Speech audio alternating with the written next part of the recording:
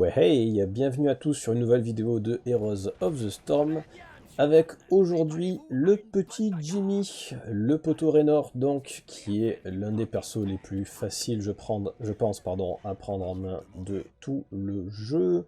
On va partir sur la quête, parce que la quête, c'est rigolo et c'est facile. Jimmy, donc, c'est un assassin distance. Et pourquoi est-ce qu'il est facile? Tout simplement, ses sorts. Vous allez voir, le premier, vous allez tirer une balle en ligne droite qui va repousser en fait les adversaires. Ce qui fait qu'une bonne partie des assassins corps à corps vont être repoussés. Alors là, pour le coup, c'est un bon exemple. Ça marche sur la charge de variant, ça marche pas sur la charge de boucher parce qu'il est insensible, tout simplement. Aïe. En deuxième, vous le voyez, on vient de le claquer, un sort qui permet en fait d'augmenter la vitesse de déplacement et de faire en sorte que votre prochaine attaque soit immédiate. La troisième, qui est un steam qui vous permet de vous soigner. Et c'est très clairement pour ça que le perso est facile. Vous avez une vitesse de déplacement qui est augmentée, vous avez un soin qui est de base en fait. Donc bon, ça simplifie pour les assassins, pouvoir se soigner, pouvoir aller plus vite. Alors il serait de bon ton par contre qu'on arrête de manger toutes les orbes de Liming, histoire de ne pas exploser non plus. On est parti sur la quête, tout simplement parce que Jimmy a l'une des quêtes les plus simples à faire, je pense. À savoir, la quête, c'est une quête infinie, ce qui déjà vous permet un late game plutôt correct.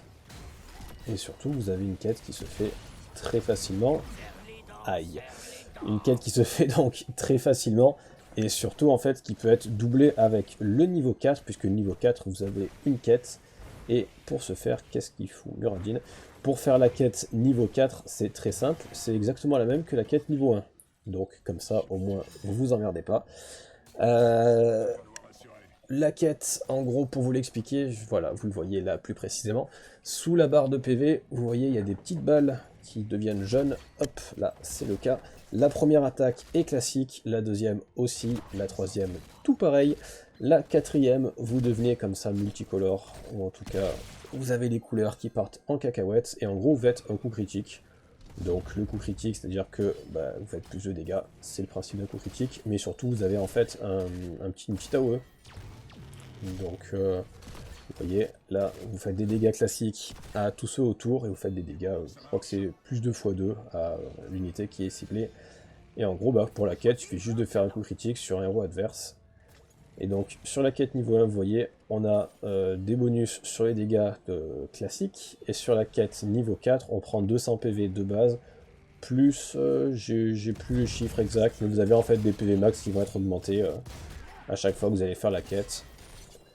Alors, la variante qui nous modifie entre guillemets un petit peu, puisque la quête fonctionne uniquement sur les attaques sur les héros de base, sauf que vu qu'il part nos attaques, il nous empêche de faire la quête, le bougre. Mais bon, ça se fait.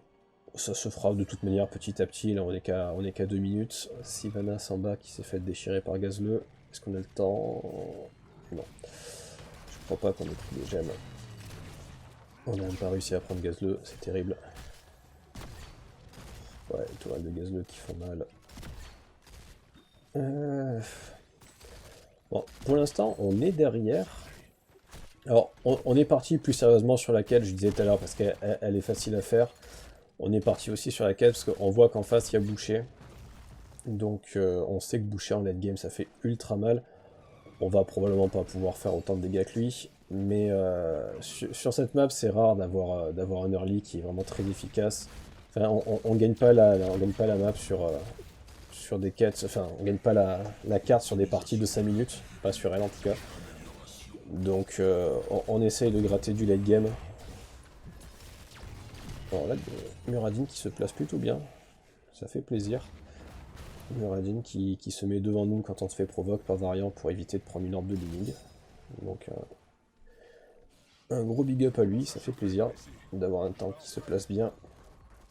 Donc voilà, je vous disais, on envisage le late game pour au minimum un petit peu contrer Boucher, ou en tout cas qu'il n'ait pas, que ce soit pas le seul à avoir une quête infinie qui parte en roue libre et qui soit absolument ingérable. Putain, Batour qui est parti par contre une mine, ce qui est dommage. Euh, Hop là, on va prendre ça pour avoir des soins un petit peu plus souvent. Bon, les toiles qui font très mal. On le sait, on va pas oser, on va pas oser. Bon, on chope case-le, on va back directement. Ça passe, ça passe. Ouais, de toute façon, il y avait mes divs qui étaient en bas, je l'avais pas vu. Toujours un petit peu inquiet hein, quand il faut back avec 100 PV comme ça et qu'on a la Medivh en face. Donc ouais, je vous disais malheureusement, Abatour qui est russe, ce qui est terrible. En Batour qui part mine, donc qui part pas à vitesse d'attaque. Et ça fait un peu chier quand on a Jimmy. Parce que bon, la vitesse d'auto-attaque pour Jimmy c'est quand même bien. Pour Muradin c'est pas mal aussi. Mais, euh, mais bon, tant pis, on va faire ça. Surtout qu'il part sur les mines alors qu'en face il y a... Ouais, je présume pour Liming, probablement. Parce que je ne vois pas burst qui que ce soit d'autre. Mais bref, on fera avec. Oh, est-ce que... Non, la parade de variant. Est-ce qu'on peut se le prendre lui? Putain, non, il s'en sort à rien de vie. C'est dommage, c'est dommage. Bon, on continue de stacker gentiment. Vous voyez, on essaye de garder à chaque fois la dernière attaque pour les héros. On met les premières sur les serviteurs et la dernière sur un héros si possible. Après, on peut pas toujours, ça sert à rien non plus de pas attaquer pendant 5 minutes, mais bon. Si on peut le faire de préférence, c'est pas plus mal.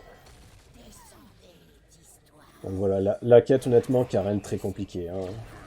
Qu'est-ce que... Ah mince. Bon, on a essayé de repousser Boucher dans les zombies de Nazibo, ça a foiré. Muradin encore qui s'est bien placé, à savoir c'est lui qui a pris le tonne de variant. Et qui était parti pour tanker Liming.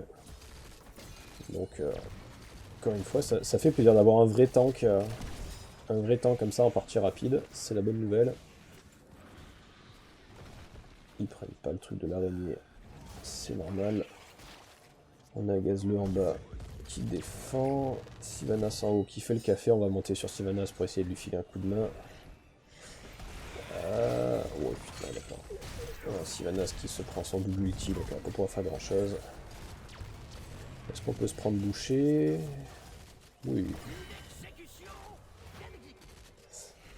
Bon, un pour un, sachant que c'est bouché, on prend. La Banshee qui peut être sympa, après là, on n'a pas vraiment de push dans le sens où Muradin, pardon, où Abatour est parti mine. On aurait pris la Banshee, je pense, s'il partait Locust, s'il partait sur les petites vermines, là on aurait pu se permettre. Là on va manquer de push, on a Sylvanas, mais on va prendre l'Hyperion, on n'a rien à screw de toute manière. Il va y avoir des mines absolument partout chez Abatour, donc il n'y a aucune raison qu'il aille. Il n'y a aucune raison qu'on se fasse trap dans un bush. Muradin qui allait un petit peu loin, c'est dommage pour les gemmes. Voilà, ça va payer top là j'imagine. On va pas y aller de toute façon. Il y a bouché. S'il y avait eu que variant, on le voyait payer. Mais il y a bouché, on va pas prendre le risque. Abatour qui manifestement a prévu de rester au milieu de la lane. Bah foi. On va lui laisser faire.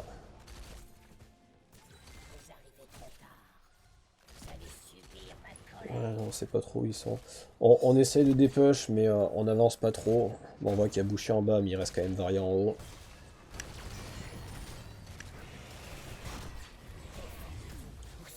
Si tu veux, variant. Hop, impeccable. On a pris l'ulti de Medivh, au moins c'est fait.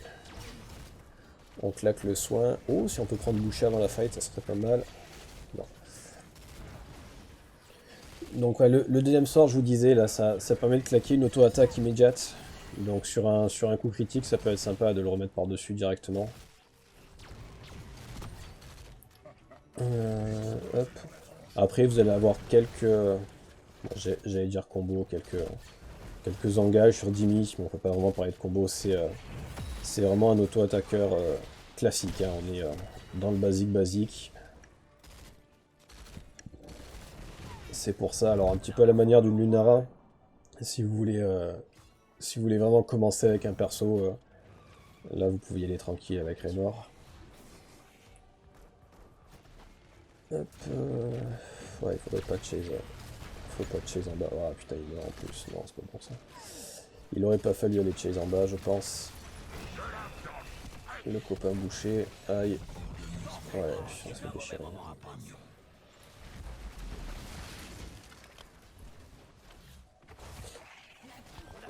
Il y a le... Ouais, il y a l'objectif. Il y a l'objectif en haut, c'est pas la peine de descendre à 3 quoi. Il tente de chase à 3, sachant qu'il y a Medivh en face. On aurait pu défendre le fort, mais bon. Ils prennent le fort, ils prennent un niveau. Ils ont le 13 bien avant nous. Et ils vont pouvoir repayer. Bon. Là, ça fait beaucoup de mauvaises nouvelles. Mais bon. On va faire avec. Augmente la durée, non. On va prendre ça. Vous prenez 8% de vitesse de déplacement. Donc, bah, on retrouve un petit peu le gameplay, le gameplay Lunara, hein, c'est-à-dire une vitesse de déplacement qui est un petit peu plus grande que les autres. Hop là, une vitesse de déplacement qui est élevée par rapport aux autres. On va avoir également un côté auto-attaqueur distance. Aïe, merci Lemming. Donc c'est pour ça que Lunara, je considérais que c'était l'un des persos qui était le plus facile à prendre en main pour commencer. Et clairement, Jimmy, c'est la même ambiance. Là, après, on fait un petit peu n'importe quoi.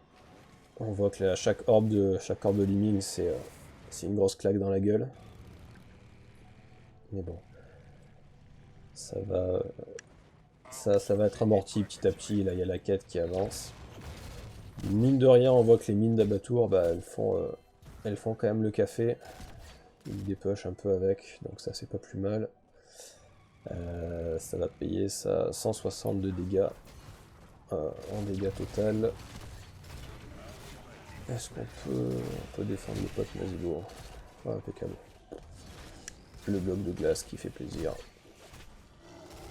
Est-ce qu'on peut avoir le critique? Voilà, sur l'engage. Ouais, là on n'a pas trop envie de rentrer dedans non plus. Hein. Voilà. On balance le critique sur les serviteurs. On va se dévendre la deuxième wave. Les araignées qui vont retenir. Et vous voyez, donc sur chaque engage, c'est du facile. Hein. Il y a... Variant arrive, on le repousse, point barre. On met l'Hyperion, ça rajoute un peu de dégâts, c'est pas grand chose, mais bon, toujours ça de prix. Oh bah putain, ça fait plaisir ça. Alors, le triple kill juste pendant l'objectif, donc ça va permettre de dépush sans trop de problèmes.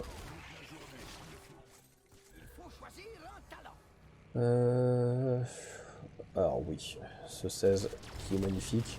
Votre trait voilà, devient inactivable, c'est-à-dire que le coup critique peut être activé. Donc, pour les plus blagueurs, vous allez pouvoir le voir. Vous avez compris, à chaque fois qu'on fait un critique sur un héros, on avance la quête niveau 1 et du coup la quête niveau 4. Et maintenant, on peut l'activer. Donc en gros, le principe, ça va être sur l'engage. On engage en critique, on active, on met un critique.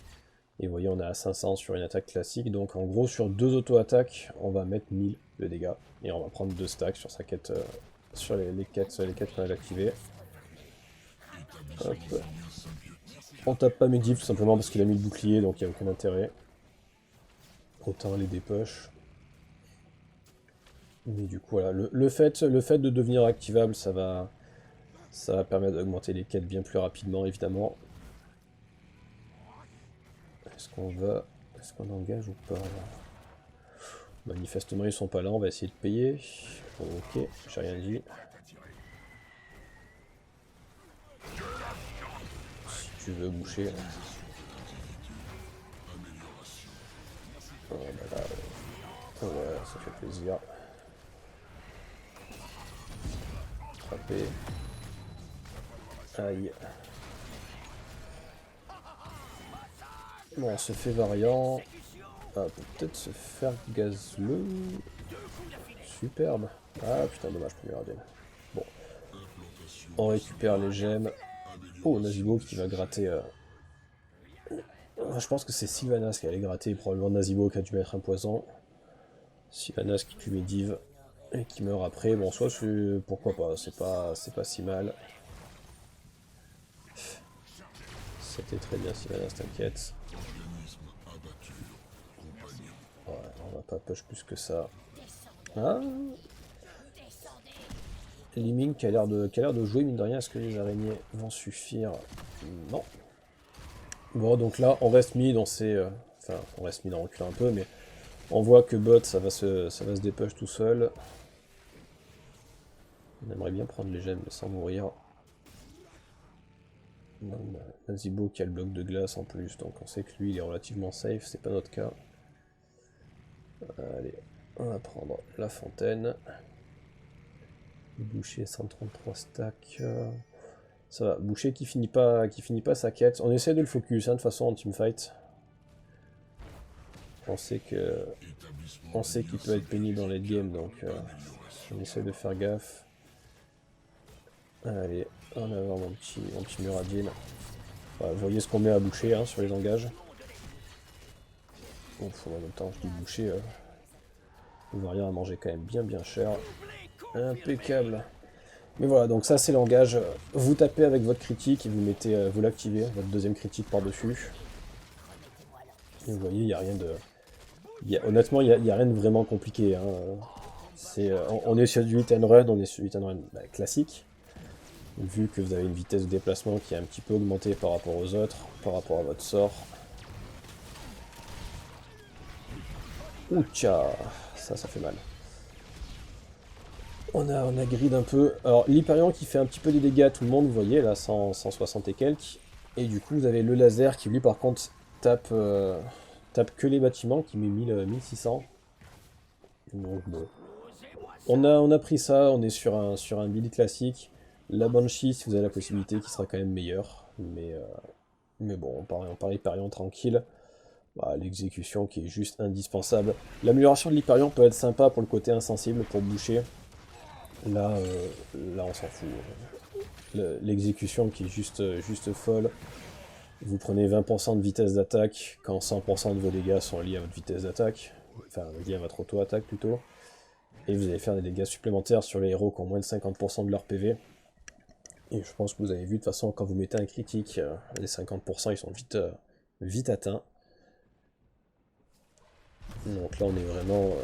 Là on part sur un burst. Hein. Vous prenez...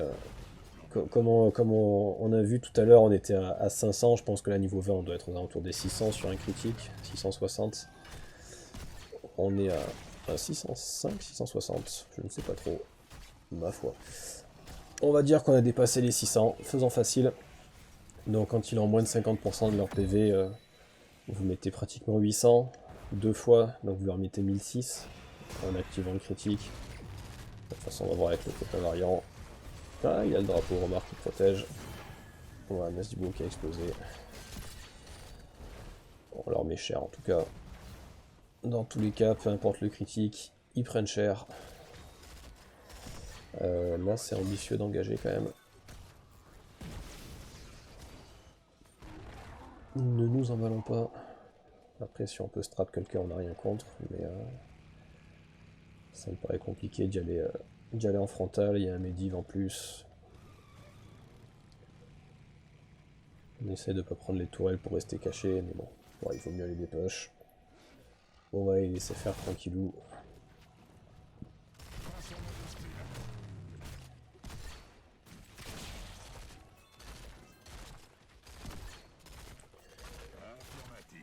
Donc voilà, pour les sorts aussi, je vous expliquais en tout début de partie, le perso est très simple parce que mis à part le premier qu'il faudra cibler, les deux autres se lancent sur vous, donc il n'y a pas de positionnement, il n'y a pas de ciblage à faire, c'est vraiment du standard. Le deuxième, dès qu'il y a besoin de faire un coup critique ou de vous replacer, vous le claquez pour faire une attaque immédiate, avoir une plus grosse vitesse d'attaque. Le troisième, vous vous soignez. Donc là, simplement quand il y a besoin de soin. Rien de très compliqué. On met l'Hyperion pour essayer de contest, mais manifestement il est peut-être arrivé un peu tard. Oh, il lâche. Très bien. Oucha, ça picote. Ouais, Sylvanas qui s'est fait focus.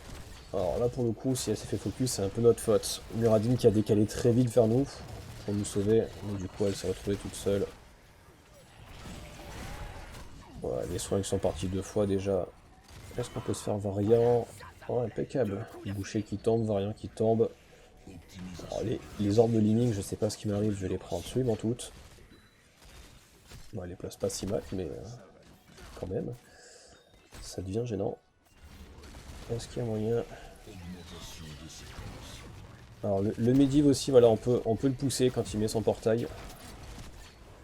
Merde. Le coup critique est parti dans le vide. Donc ouais, quand Medivh cale un portail comme ça, on peut essayer de le décaler avec le sort. La fameuse réplique. Hop.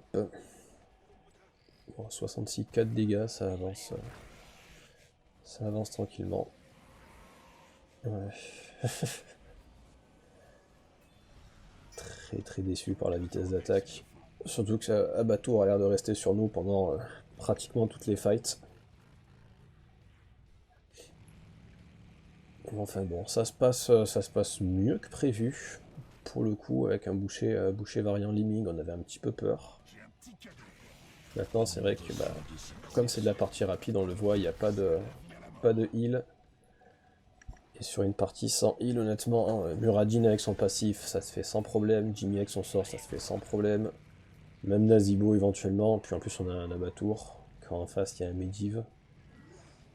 Donc, sur une partie sans healer, on reste quand même plus... On reste mieux placé, on va dire ça. On arrive, Sylvanas. Ne meurs pas. Quelle rigolade cette auto-attaque. Enfin, vraiment en termes de dégâts, c'est quand même gênant. C'est un auto-attaqueur, il est pas censé faire si mal. Je pense pas. Oh bah parfait. La fight au milieu en plus sans nous qui se passe très bien.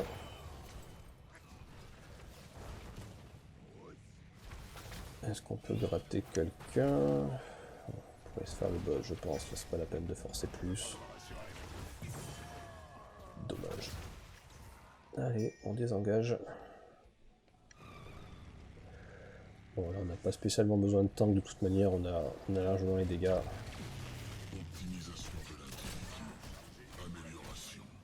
On est à 708 sur les dégâts critiques. Ça fait plaisir. 770.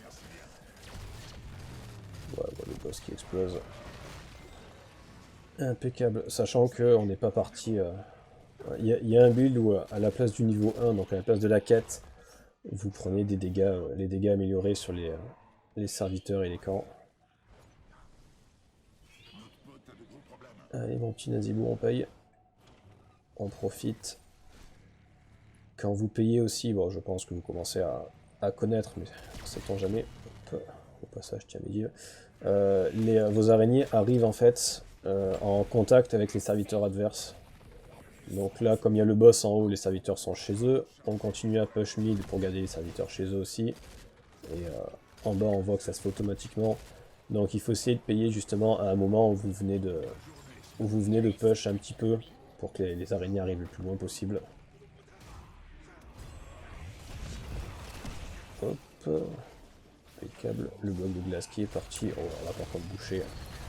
Là, on se fait plaisir. On met tous les critiques. Ouais, le deuxième zombie qui font du bien aussi. On balance l'Hyperion. Est-ce qu'on peut gratter quelqu'un encore? Non, dommage. Bon, bah, je pense que ça peut se terminer là. Putain, après on n'a pas de vie par contre. Hein. Pour une map jolie Nazeebo. Dommage Sylvanas. Sur ouais, ça se termine. Sur une map sans heal, c'est un peu compliqué de finir toujours. Non Medivh. Voilà. Alors peut-être pas finalement. Bon, vous voyez le soin qui fait quand même plaisir, mine de rien. Voilà, 490 en PV max. C'est quand même raisonnable. On est quasiment 500 PV. sur un assassin distance. On est plutôt content.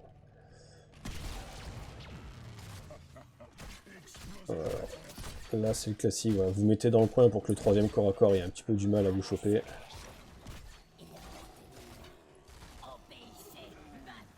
Allez, le petit coma. Bon, là on aurait pu se soigner pour avancer, maintenant on est 3 donc ça sert à rien. Il vaut mieux garder son sort pour la défense. On voit que les araignées en bas vont arriver chez eux directement. En haut, il reste une wave. Donc en fait, il n'y a que bot où ils vont forcer. En haut et en bas, ça va arriver chez eux. Et comme l'araignée perd des PV au fur et à mesure, elle fera pas grand chose dans tous les cas. Vous voyez en bas, elle est en train d'exploser quoi. Donc là, ouais, à mon avis, il faut lâcher le T1. Il faudrait défendre T2 tout simplement. On est niveau 24, donc si on meurt, on a 1 minute 10 avant de respawn. On sait qu'on est devant en termes de push, donc ça serait, à mon avis, mourir maintenant, c'est la meilleure façon de leur donner la game. Après, étrangement, ils n'engagent pas. Donc, ma foi. Profitons-en, hein. On va pas se faire prier. On a la vision sur eux mid, donc on décale comme ça, mais il faut faire attention. Ouais, là, il faut faire gaffe. Faut pas se faire catch maintenant. Vous voyez, en bas, on n'a même pas eu besoin d'y aller. Bon, les araignées qui ont absolument rien fait. On attend que la parade parte. Vous voyez, 757, 759, on lui a mis 1500 en copain variant. 1500 en 2 auto-attaques, ça fait plaisir. Hop, 827 sur Medivh. Allez, impeccable. Bon, cette fois ça devrait être bon. On est full HP, on a un Hyperion. Là, il n'y a plus d'excuses, ça se termine. Donc vous voyez, on est à plus 70% de dégâts avec la quête niveau 1. Et j'ai pas bien vu, mais je crois qu'on a dépassé les 600 sur la quête niveau 4. On balance l'Hyperion pour être tranquille. Boucher qui se fait maltraiter. Bon, voilà, enfin, la partie pour Jimmy, donc sur un build un petit peu late game. Vous voyez, donc plus 72%. Ça fait quand même plaisir. Et 520 en PV. 89 000. Bon, on n'est pas premier en dégâts, mais voilà. Du coup, pour moi, sur un build late game avec le poteau Jimmy qui est attesté. Comme d'hab, n'hésitez pas. Si vous avez des questions, n'hésitez pas. Si vous voulez vous abonner, ça fait toujours plaisir. Et ça permet de ne pas manquer les prochaines vidéos.